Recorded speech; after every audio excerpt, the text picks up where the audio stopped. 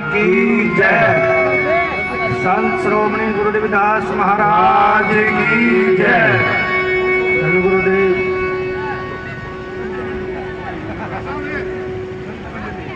आज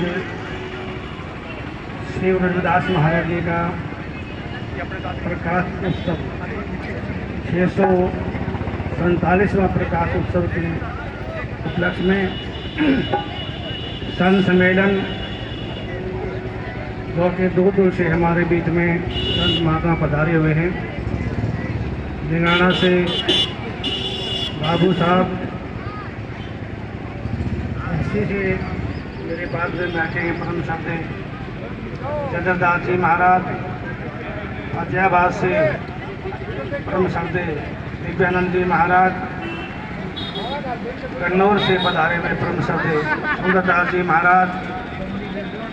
अस्सी से के पास में काम ढाणी कतौपुर से परम शब्द धर्मानंद जी महाराज। और जितने भी संत महात्मा यहाँ पधारे हैं सभी के चरणों में दास का कोटि कोटि प्रणाम नमन। आज बहुत ही शिवालय का दिन है जो हमारे समाज को दिशा निर्देश देने वाले संत श्रोमणी गुरु रविदास महाराज जिस वक्त उनका इस संसार में आगमन हुआ था उस वक्त छुआछूत और नफरत का बहुत बड़ा बोलबाला था। उस नफरत को मिटाने के लिए और उस छुआछूत से इस गरीब समाज को कोर्ट रह गया, किसी का करा दिए ऊपर उठाने के लिए संत श्रोमणी गुरु रविदास महाराज प्रकट हुए हैं। कि संतों का जो जैकेट रहेगी किसकी है जीवन होता है तरवर सरवर संत जन चौथा वर्ष में पर स्वार्थ के कारण इन चारों धारी दे। संत जब भी दुनिया में आते हैं अपने स्वार्थ के लिए नहीं आते हैं। जो उनके अंशित इस संसार के जलजल में फंसे हैं, काम क्रोध मद माया, इसके चक्र में प्रकृति वो अपना जीवन नष्ट कर देते हैं। उनको उद्धार के लिए संत यहाँ दुनिया में आते हैं। संतों का कभी जन्म नहीं होता है। संत अपनी मर्जी से इस संसार में आते हैं। इसलिए बार बार हम कहते हैं रविदास जी का जन्मदिन मना रहे हैं, रविदास जी का प्रकाश उत्सव मना रहे हैं।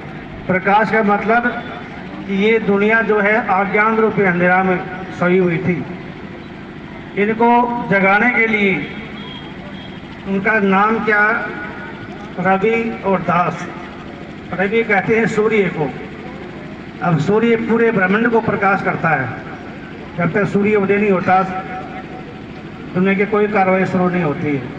जब सूर्य उदय होता है तभी संसार की व्यवस्था सुचारू रूप से चलती है और पूरे ब्रह्मांड को सूर्य प्रकाशमान करता है। इसी प्रकार हमारे गुरु रविदास जी जैसे सूर्य का प्रकाश है, इसी प्रकार ने पूरे ब्रह्मांड को प्रकाशमान अपने ज्ञान से प्रकाशमान किया। लेकिन हम इस दुनिया के लोग क्यों हम दबे कुचले लोग थे, इसलिए आज भी समझ नहीं पा रहे हैं उनकी वाणी को। आज भी जितनी हमारी माताएं हैं, कोई गुड़गांव वाले की धोख बांटती है, कोई मनभरी वाले की धोख मारती है, कोई देवसरा वाले की धोख मारती है, कोई गूंगा पीर, कोई और जगह जगह भटकते फिरते हैं। और जिन्होंने उनकी वाणी को समझा और उनकी वाणी पर चले, महाराणा कुंभा, झाली रानी, बीराबाई, पीपा राजा, नागर देव सिंह नागरमल जो काशी के राजा थे, ऐसे बड़े बड़े जो राजा लोग थे वो इन कुरीति से निकल करके और अंधकार से निकल करके और गुरु रविदास महाराज से जुड़ गए। तो आज उनका नाम जहाँ भी गुरु रविदास जी का वाणी आती है वहाँ उनका नाम भी बड़ी आदर सत्कार के साथ लिया जाता है। लेकिन समाज जाति का कोई आदमी ऐसा नहीं है जो गुरु रविदास से जुड़ा हो और उनका कहीं नाम आता हो। आज भले ही हम गुरु रविदास जी की दुहाई देते हैं, चलो कोई बात नहीं, जब भी इंसान जागता है, जब जागर जब भी सवेरा। आज अभी थोड़ी जागृति आई है, लेकिन जो जागृति आनी चाहिए थी वो जागृति आज भी नहीं है। अब रविदास जी से के प्रति यदि हमारा प्रेम होता, ये कुर्सियाँ खाली नहीं होती। आज भी सारी कुर्सियाँ खाली पड़ी हैं और सभी लोग जो है किसी को खाने की लग रही है, किसी को पीने की लग रही है, लेकिन जिन्होंने अपना तन मन न्यौछावर कर दिया, गुरु रविदास महाराज जी उन पर कृपा करते हैं, उनको दर्शन देते हैं। जब राजा नागरमल जब गुरु रविदास जी का चरणामत लेकर के उनका शिष्य तब बने, तो उन्होंने गुरु रविदास से पूछा कि महाराज आपकी इच्छा क्या है, मैं आपके लिए क्या सेवा कर सकता हूँ, आप फरमाओ मैं क्या कर सकूँ आपके लिए, जो भी आप कहोगे, ये राजपाट सब कुछ आपका ही है। गुरु रविदास ने एक बात कही थी, राजन मुझे राजपाट की कोई ज़रूरत नहीं है, ऐसा जाऊँ राज में जहाँ मिले सबन को अन्न, छोट बड़ो सब सम रहे, तब रविदास रहे प्रसन्न। मैं चाहता हूँ जो मेरे समाज के गरीब तबके के लोग, जो दबे कुचले लोग हैं, जिनको परमात्मा के नाम सुनने का अधिकार भी नहीं है, यदि कोई गलती से हमारे समाज का आदमी कोई गलती से भी सत्संग सुन लेता था तो उनके कानों के अंदर शीशा जलवा दिया जाता था। जो रूढ़िवादी लोग थे, जो तिलकधारी लोग थे, वो लोग कभी किसी मंदिर के नज़दीक से भी नहीं गुजरने देते थे। और ऐसी समय के अंदर गुरु रविदास महाराज प्रकट होकर के और उन्होंने अपनी प्राणों की बाजी लगा करके आज इस समाज को ऊपर उठाया। आज हम जितने भी लोग इस आसमान के अंदर अभी खुले आसमान में सांस ले रहे हैं और आज़ादी से जी रहे हैं, ये सब बाबा साहब और गुरु रविदास जी की देन है। उनके प्रताप से आज इस संसार में खुले आसमान में जी रहे हैं, अपनी मन मर्जी के अनुसार घूम रहे हैं, फिर रहे हैं, खा रहे हैं, पी रहे हैं। लेकिन आज भी जो है उनकी वाणी पर हम चले नहीं हैं। उनकी वाणी में इतनी पावर है। जब सिखों का जो गुरु ग्रंथ साहब की जब रचना हुई तो ग्रंथ साहब को लिखने वाले भाई गुरुदास जी थे और वाणी को उच्चारण करने वाले गुरु अर्जन देव जी थे।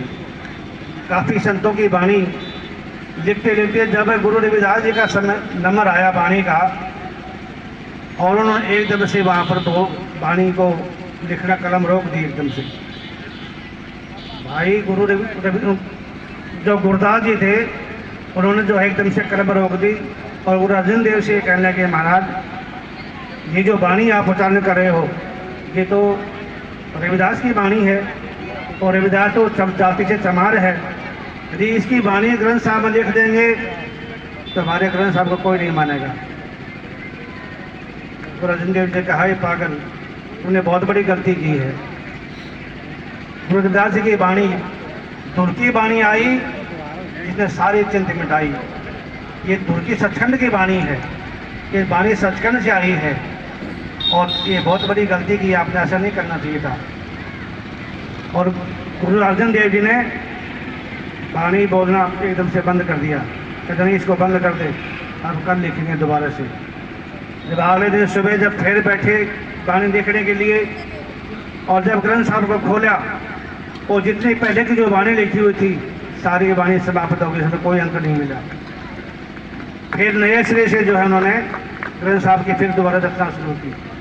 ऐसे हमारे गुरु रविदास जी संत श्रोमणी सर्वशक्तिमान, जो पूरे संसार को उन्होंने जो है दिशा निर्देश दिया और सबको मार्गदर्शन करवाया, लेकिन हमारे लोग जो हैं आज भी नहीं समझे हैं। अभी समझने की बहुत देरी है, बहुत समय लगेगा। तो मेरी तो यही प्रार्थना है कि जो गुरु जी की जो वाणी है उस वाणी का सुन करके उस वाणी को अपने अंदर उतारें। सर्वन मनन और निधिध्यासन, पहले उसको सुनो ध्यानपूर्वक और सुनने के बाद में उसमें मनन करो और फिर पर चलने का प्रयास करो। तो जितनी भी देवी देवता ये सब हमारे घट के अंदर है, बाहर कुछ नहीं है। गुरु रविदास जी कहते हैं कि बाहर खोजत जन्म सिरानो, घटा अंदर खोजो भाई। यदि परमात्मा को प्राप्त करना है, उसको जानना है, तो बाहर खोजते खोजते जीवन का अंत हो जाएगा, लेकिन हमें उस परमात्मा की प्राप्ति नहीं होगी। तो परमात्मा कहीं बाहर नहीं है, वो हमारे सब घट के अंदर है। सब घट मेरे साइया खाली घट नहीं कोई, बलियारी है वहाँ घट को जहाँ घट प्रकट हो। गुरु रविदास जी हर प्राणी के अंदर हैं। ऐसे सर्वशक्तिमान जो हमारे गुरु रविदास जी थे, उन्होंने हमें मार्गदर्शन करवाया। तो एक छोटे से भजन के माध्यम से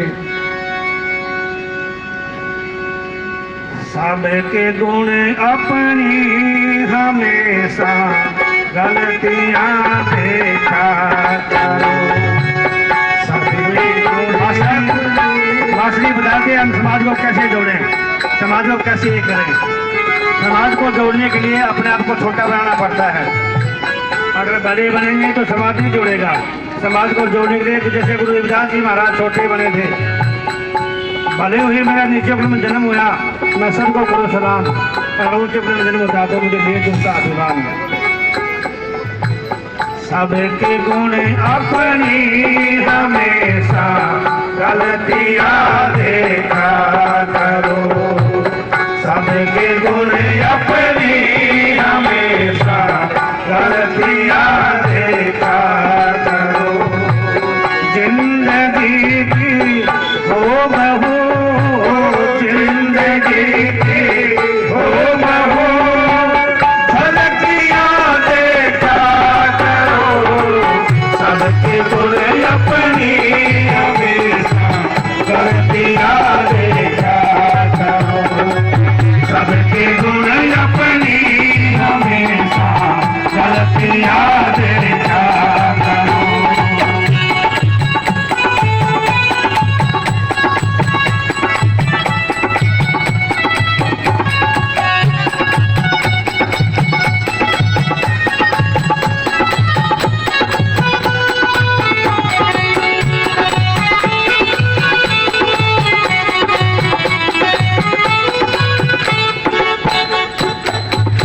बुरानो देखने मैं चलिया, बुराना मिले कोई, और जब मिले खोजा अपना तो मुझसे बुराना कोई। इंसान सबसे गंदा है और सबसे उत्तम भी है। यदि अपने वस्तुओं पर चले तो इंसान एक परमात्मा का स्वरूप है, और यदि अपने वस्तु से बिक जाए तो इसका कोई बंदा भी नहीं है। हसर के महलों की तुमको कर सताए या न कर, हसर के महलों की तुमको कर सताए या न कर। कुछ गरीबों की विदा कर, कुछ गरीबों की विदा करे, झोंपड़ी देखा करो। सबके गुण अपनी हमेशा गलतियां देखा करो। सबके गुण अपनी हमेशा गलतियां देखा करो। जिंदगी की हो बहू, जिंदगी की हो बहू, गलतियां देखा करो। सबके गुण अपनी हमेशा गलतियां देखा करो। सबके गुण अपनी हमेशा गलतियां देखा करो। बड़े देवी लोग बड़ी अच्छी सी कोठियों में विचरण करते हैं, अच्छी सी कोठियों में रहते हैं, बड़ी एयर कंडीशन कोठियाँ बनाते हैं। और जो हमारे गरीब तबका के लोग जो गाँव में निवास करते हैं, उनका भी रहन सहन जा करके देखना चाहिए और उनको भी उठाने की कोशिश करनी चाहिए। हम सभी एक हो सकते हैं। जैसे रोहिदास जी ने कहा कि मैं ऐसा राह चाहता हूँ, ऐसा चाहूँ आज मैं जान मिले सब देखो, आज छोटे बड़े सब एक समान से रहें, और जब मेरी प्रसन्नता है मेरी आत्मा जब खुश होगी।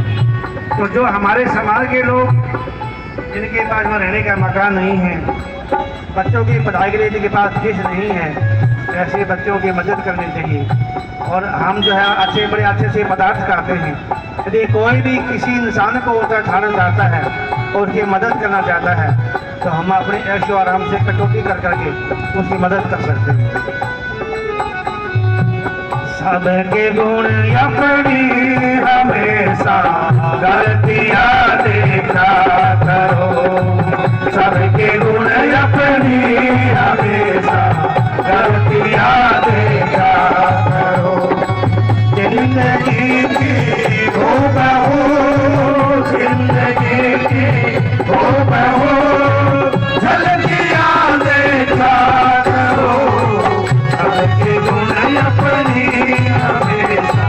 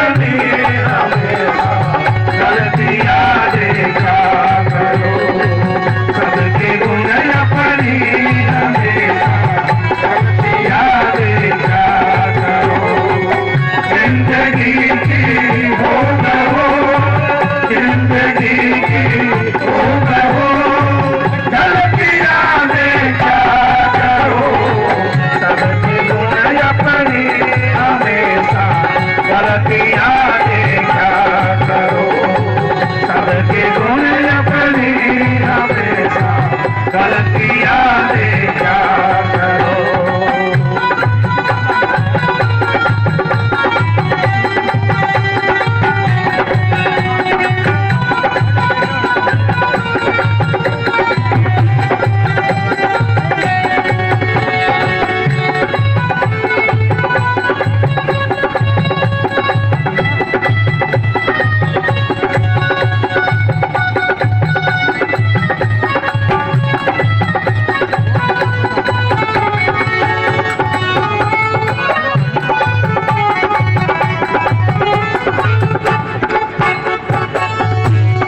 बड़े अच्छे से पदार्थों का सेवन करते हैं। बड़े सर्विसमैन और बड़े बड़े बिजनेसमैन कई प्रकार की सब्जी बनाते हैं, सलाद साथ में खाते हैं और बड़े अच्छे अच्छे पदार्थों का सेवन करते हैं। लेकिन जो हमारे समाज के जो गरीब लोग हैं, जिनके पास में चटनी रोटी का साधन भी नहीं है, ऐसे ऐसे लोग हैं जो पानी के साथ में घोट के रोटी को अंदर टपाते हैं, तो उनका भी ख्याल करना चाहिए। खाने से पहले हक किसी का देख लो। खाने से पहले देखो हम किसी का हक तो नहीं खा रहे हैं। यदि किसी का हक खाते हैं तो गुरु नानक जी कहते हैं कि हक पराया नान का, उस सोवर उस गाय। यदि किसी का हक खाते हैं तो हिंदू के लिए गऊ और मुसलमान के लिए सोवर के बराबर है। तो हमें किसी का हक नहीं खाना चाहिए, बल्कि अपने हक में से किसी प्राणी की यदि मदद करेंगे, धन चाहे तो धर्म कर और मोक्ष चाहे जप नाम। यदि धन की हमें इच्छा है तो हमारे पास में जो भी कुछ है उसमें से कुछ हिस्सा निकाल करके गरीबों की सेवा में लगाओ। गरीबी की आत्मा की दुआ दे देगी तो आपको जो है बिल्कुल दोबारा 25 हो जाएंगे। आत्मा सो परमात्मा। आत्मा की जो आवाज़ जब गरीब के अंदर में भोजन जाएगा और उसकी आत्मा तृप्त होगी और उसकी आत्मा में से आवाज़ निकलेगी, जिसने मेरी शुद्ध ली है परमात्मा उसकी शुद्ध देगा। तो वो आवाज़ जो है हमारी पार जाएगी और जो है आपके घर में हर प्रकार से खुशहाली हो जाएगी। इसलिए कभी किसी का हक मत खाओ, बल्कि अपने हक में से किसी को खिला दो, तो जो है हमारा जीवन बहुत सुखी रहेगा। सबके गुण अपनी हमेशा गलतियाँ देखा करो।